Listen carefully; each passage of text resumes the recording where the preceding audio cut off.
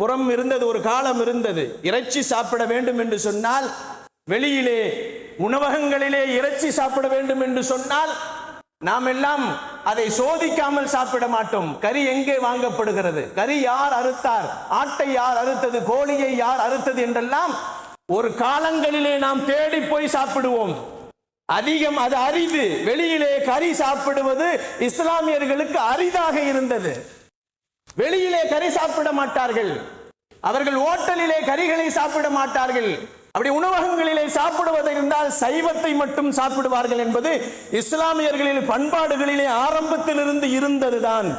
ஆனால் இன்றைய கலாச்சாரங்கள் மாறி போய் KFC என்று சொல்லப்படக்கூடிய அந்த கலாச்சாரம் உள்ளே வந்ததால் KFC ஹலால் என்று சொல்லும் அளவிற்கு கீழ்மட்டத்தில் இருக்கின்ற இஸ்லாமியர்களும் மேமட்டத்தில் இருக்கக்கூடிய இஸ்லாமியர்களும் KFC-லே சாப்பிட்டால் அது ஹலால் என்று சொல்லும் அளவிற்கு அவரவர்கள் ஃபத்வாக்களை கொடுக்கிறார்கள். கண்ணியமானவர்களே, அல்லாஹ்வின் நல்லடியார்களே, KFC என்று சொன்னால் அது ஒரு நிறுவனம். அதிலே பல கோழிகள் அறுக்கப்படுகிறது. யார் அறுக்கிறார்கள் என்று தெரியவில்லை. ஆனால் அவர்கள் சர்டிபிகேட் வாங்கி வைத்திருக்கிறார்கள். ஹலால், 100% ஹலால்.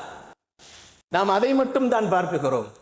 கண்ணியமானவர்களே, அல்லாஹ்வின் நல்லடியார்களே, அன்று தினம் மட்டும் கறி சாப்பிடாமல் இருந்து விட்டால் என்னவாகிவிடும்? ஹலாலை பேண வேண்டும் என்று சொன்ன ஒரு கலாச்சாரம் இஸ்லாமிய கலாச்சாரம்.